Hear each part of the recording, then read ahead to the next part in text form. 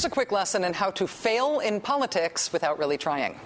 This is Errol Southers. He's a Homeland Security official in Los Angeles, a former FBI agent, a counterterrorism expert, and until today, he was President Obama's nominee to be the new head of the Transportation Security Administration. Republican senators, led by South Carolina's Jim DeMint, blocked a vote to confirm Mr. Southers for weeks, alternately citing concerns that he might be in favor of unions at the TSA and calling him out over an FBI censure he received 2 decades ago for running a background check on his estranged wife's boyfriend. Today, of course, we learned how the Obama administration ultimately responded to these Republican challenges. Not by taking a front, doubling down, pushing this nominee through, not by firing back, making the opposition to Mr. Southers more a political liability for those attacking him than an asset, not by using that handy recess appointment trick to put the nominee through, despite Jim DeMint and friends trying to stop it, but rather, the administration responded by giving in. And at the same time, whining about how difficult the political opposition had made the climate in Washington. A statement from Mr. Southers released by the White House said, in part, quote, "It is clear that my nomination has become a lightning rod for those who have chosen to push a political agenda at the risk of the safety and security of the American people. This partisan climate is unacceptable, and I refuse to allow myself to remain part of their dialogue." So in other words, to punish them for their bad dialogue, I'm going to let them win. Think about the overall context here.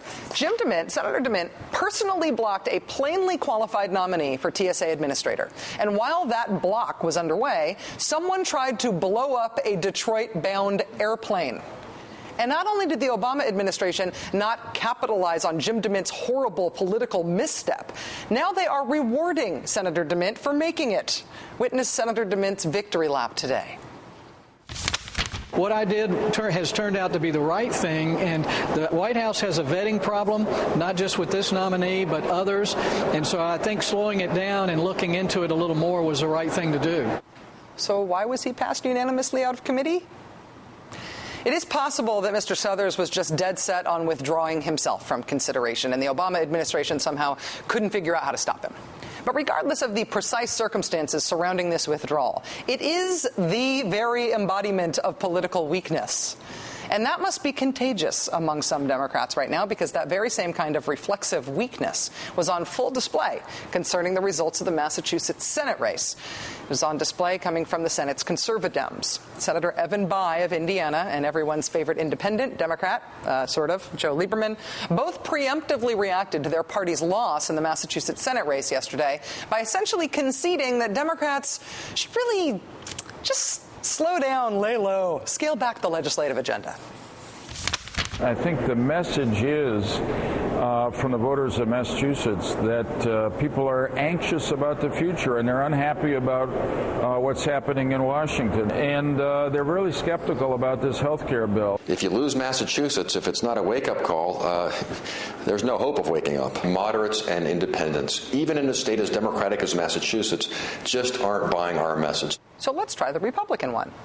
Senator Jim Webb of Virginia added his own take on how best to hide in the corner from the big, scary Republican minority, saying, quote, "In many ways, the campaign in Massachusetts became a referendum not only on health care reform, but also on the openness and integrity of our government process. It is vital that we restore the respect of the American people in our system of government and in our leaders. To that end, I believe it would only be fair and prudent that we suspend further votes on health care legislation until Senator-elect Brown is seated." Well, we did just lose one Senate seat.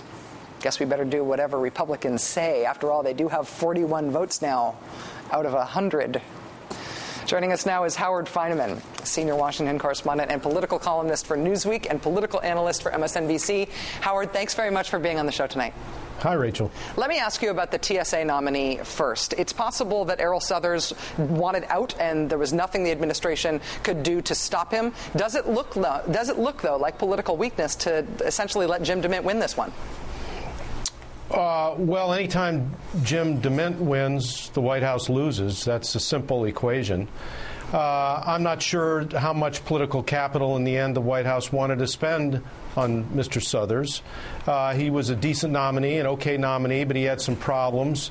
It wasn't the thing 20 years ago. It was the fact that he didn't tell the straight story the first time around to the committee about it, even though, as you point out, the committee ultimately voted him out unanimously on the Democratic side.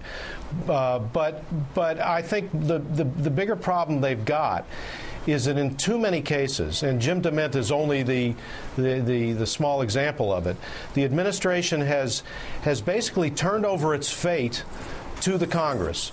And I think fundamentally misunderstood how you get things done in Congress.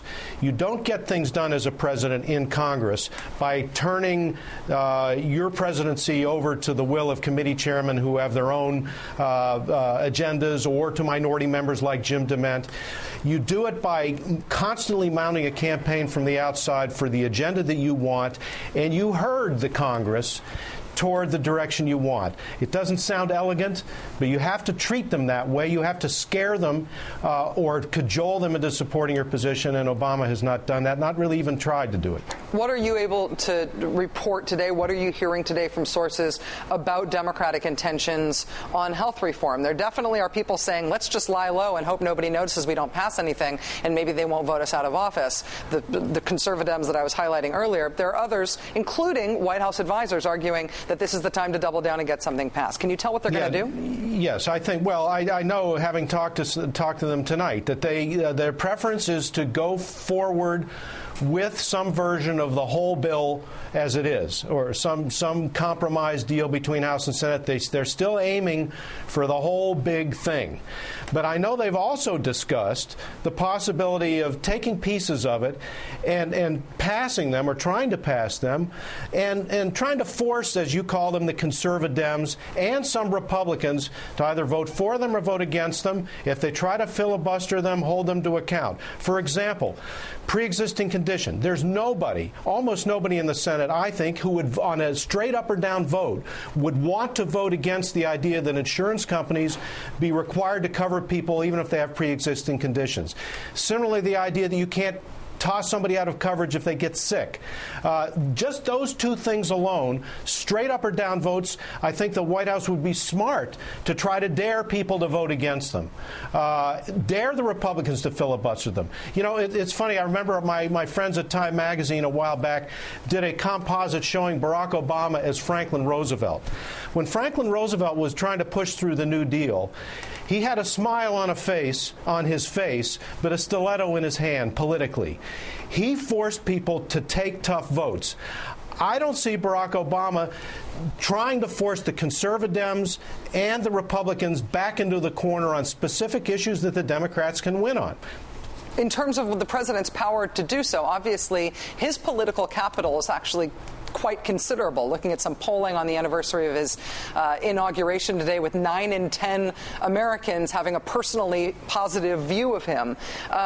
The president has that to bring to bear on any political dispute. But in what ways could he try to make a Joe Lieberman, a Ben Nelson, an Olympia Snow even go his way on issues in which they haven't been able to so far? Well, I think he has to do a better sales job. And, you know, Robert Gibbs, the press secretary, said in the White House briefing room yesterday, he said, we could have done a better job at making ourselves clear on things. I think sometimes Barack Obama kind of tends to pour a sort of lawyerly syrup on things. It doesn't seem to speak from the heart about a couple of key, easy to understand things. He wants the whole system, and I understand the instinct, except he didn't really back a sweeping change of the whole healthcare system.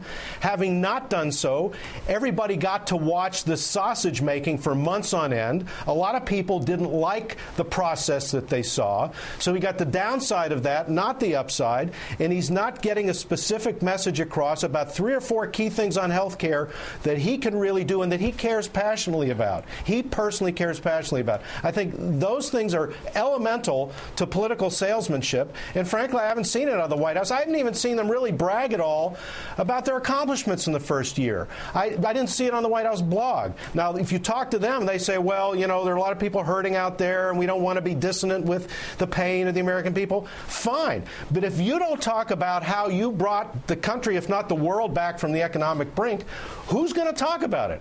They seem strangely, I wouldn't say paralyzed, but slightly anesthetized by the situation that they're in. Totally unlike the campaign.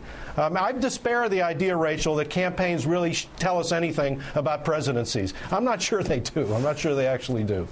Howard Feineman of MSNBC and Newsweek, that's part of what's so fun about the campaigns, is trying to find the person inside it. Right, exactly. Thanks very much for joining us, Howard. Really appreciate it. Thank you.